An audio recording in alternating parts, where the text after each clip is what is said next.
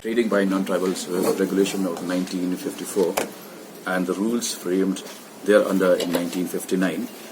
and subsequently amended in this year, 2019. The Khasi Hills Autonomous District Council has been legally empowered to make rules for trading by non-tribals. And one of the trades that has been flourishing in the past many decades is the trade of street vending or street hawking. But unfortunately, in the past many years, there has not been any attempt to regulate this particular trade, which is why after having gone through in depth through the various provisions of the Act and the rules framed under the Act, it has now become evident that there is a need to regulate the trade of street vending, as is being done in the cases of other trades. Hence, on the 4th of October, the Council has come up with a public notice seeking the cooperation of non-tribal traders who are in the business of street vending, as required by the law, that they should come forward and register their businesses and also apply for vending licenses from the Council. One major reason that led us to come to this decision is the fact that the mushrooming of street vendors has added a new dimension to the city of Shillong, which is the lack of public space and the threat to public safety and public health because of the unorganized way in which this trade has been allowed to grow. So, keeping that in mind, the Council has come up with this public notice, and we now seek the full cooperation and compliance of all non-tribal vendors who are legally bound to first apply for and obtain licenses to be issued by the Trade Department of the KHADC. You will also appreciate the fact that as far as licensees are concerned, there is a large number of non-tribals who have legally obtained licenses from this Council and have been renewing those licenses from year to year. These traders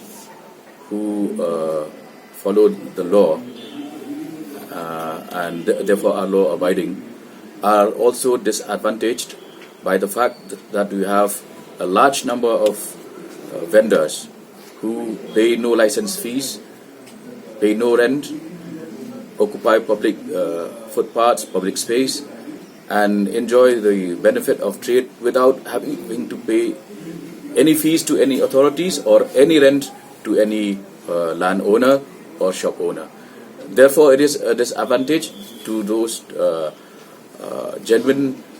traders who are carrying out their trade in the ADC areas and are regularly paying their licenses to the license fees to the Council and rents to their shop owners. Yes. So, with this in mind, and in order to ensure that we try to give some breathing space to pedestrians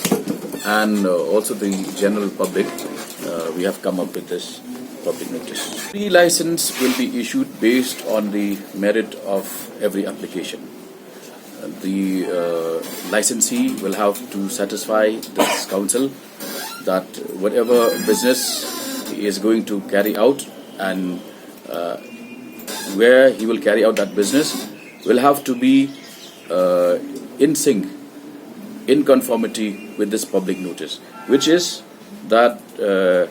as we have specified here, the hawking that is being carried out now is illegal, unhygienic, and a cause of inconvenience to the general public. So we will only issue licenses if such a license is in conformity with the letter and spirit of this public notice. And why is it that in the streets? We go by what is called the legislative and administrative competence. In this case, the council is competent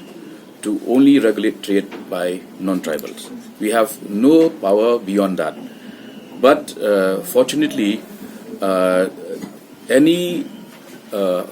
trading that is or hawking that is being carried out on a large scale also comes under a state act called the Eviction from Public Premises Act 1980, whereby the state government has been fully empowered to regulate and not allow any vending to take place in areas that are deemed to be public premises, such as footpaths, crossings, street corners, etc. So, while the council is fully empowered to only deal with hawking as a trade, and we are not saying that it is we ban trading, but we regulate trading, and that is what the Act also says, that vending is in fact recognized as a trade, but your license will be issued only subject to the condition that you meet the requirements that are prescribed by the Act. Beyond that, the state government is fully competent to deal with anybody carrying out hawking, whether tribal or non-tribal. 2 is, in case any tribal comes forward to claim any business that is being currently operated by a non-tribal as his or her own business, we already have a plan of action in mind. We will ensure that such claims are not frivolous in nature. Any claim has to be backed by evidence, and any evidence that a tribal person, whether male or female, comes forward to stake claim that a business actually belongs to him or to her, we have the legal apparatus to ensure that such claims are not dubious claims, and therefore they have to be backed up by evidence which can be supported by law.